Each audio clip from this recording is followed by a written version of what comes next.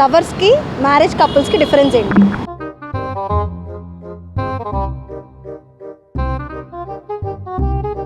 Marriage చేసుకున్నావు కదా చెప్పరా బాబు. ఓ మ్యారేజ్ అయిపోయిందా? ఎన్ని మ్యారేజ్? ఒకటా రెండా? పిల్లలు ఉన్నారు మేడం. కాకపోతే లవర్ అంటే కమిట్మెంట్ అవసరం లేదు, మ్యారేజ్ కాబట్టి కమిట్మెంట్ ఉండాలి. ఏం చెప్పేవరా? కామెడీ చెప్పండి అబ్బా, సీరియస్గా కమిట్మెంట్ అవసరం అని పెద్ద పెద్ద డైలాగులు ఎందుకు?